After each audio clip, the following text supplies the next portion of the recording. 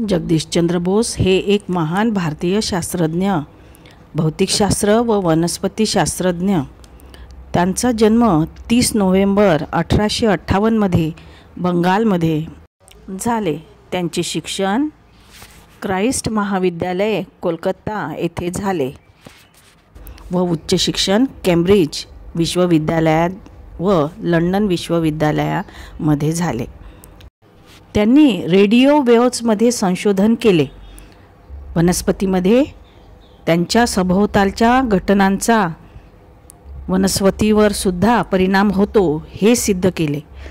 त्यांनी बोस विज्ञान मंदिर या प्रसिद्ध संस्थेची स्थापना सुद्धा केली. भारतीय उपखंडात प्रॅक्टिकल सायन्सचा त्यांनीच विस्तार केला.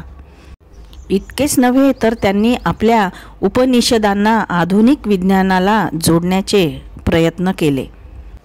त्यांनी सांगितले की वनस्पतीमध्ये जीवन आहे, संवेदना आहे.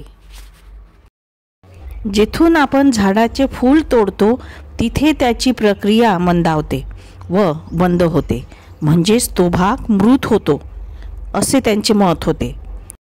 केस्कोग्राफद्वारे त्यांनी बाहेरच्या वातावरणावरून वनस्पती काय प्रतिसाद देतात यांचा प्रयोग केला.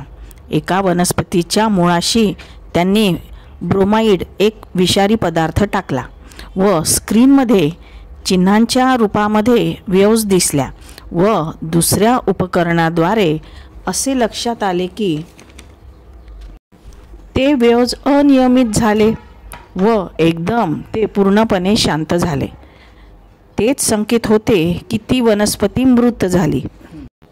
त्या काळातील त्यांच्या या असामान्य प्रयोगाने संपूर्ण विश्वात त्यांची ख्याती निर्माण झाली व वनस्पती जीवन सिद्ध करण्यासाठी रॉयल लंडन सोसायटीद्वारे त्यांना सन्मानित करण्यात आले.